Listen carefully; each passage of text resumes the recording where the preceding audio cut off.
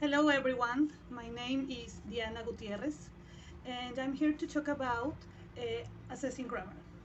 I have designed two assessment tasks for assessing grammar that I would like to share with you.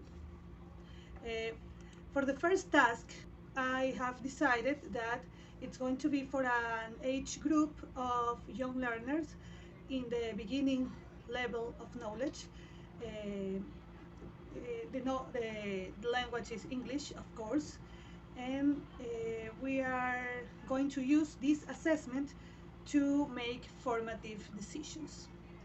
Now, the setting for this task is a primary school where I'm teaching, and I need to develop this assessment to uh, provide feedback to my students so they can improve their learning. In this case, the assessment task will be about simple past tense.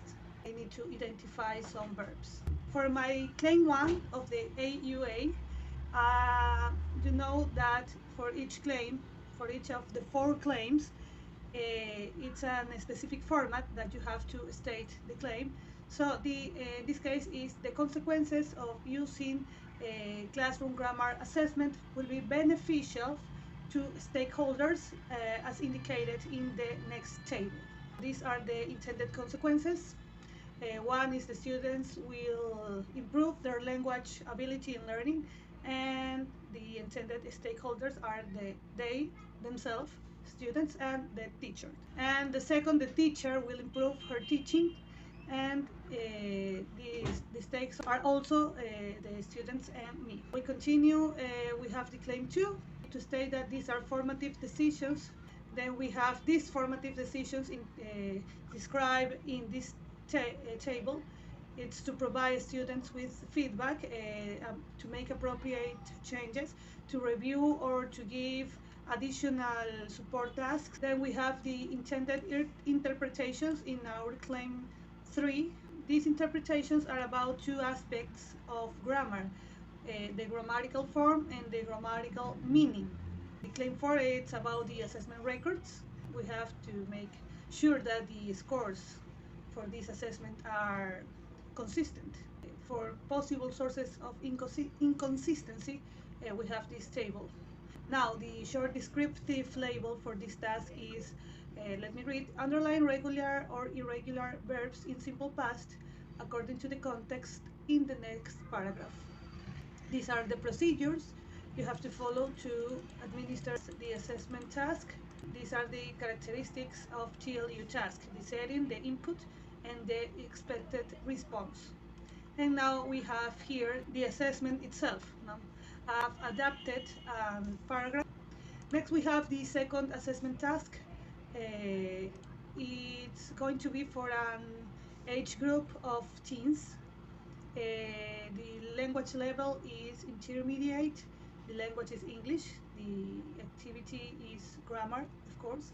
And the intended uses are for summative decisions. The summative decisions in this assessment is to make sure that the students that are prepared go to the next level, and the students who aren't prepared stay at the same level. Then we have the claim 1 as before.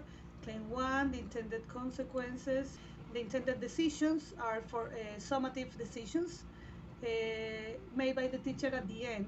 It's important to highlight that these for summative decisions are made along with another assessment through the course of instruction.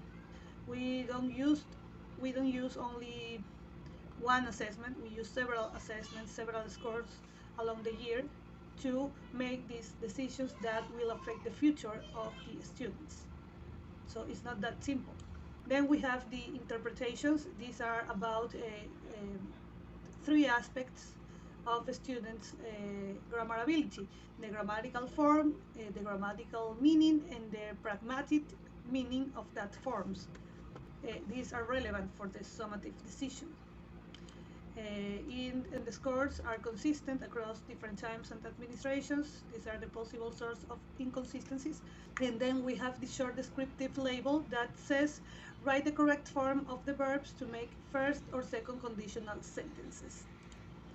These are the procedures and the setting, the input, and the expected response. And then here we have the grammar TLEO tasks. These are 6 sentences with gap to fill according to the infinitive verbs in brackets on each sentence. So the students have to form first and second conditional sentences. So these are my 2 grammar assessment tasks. I hope this is useful for you. Thank you very much for your attention.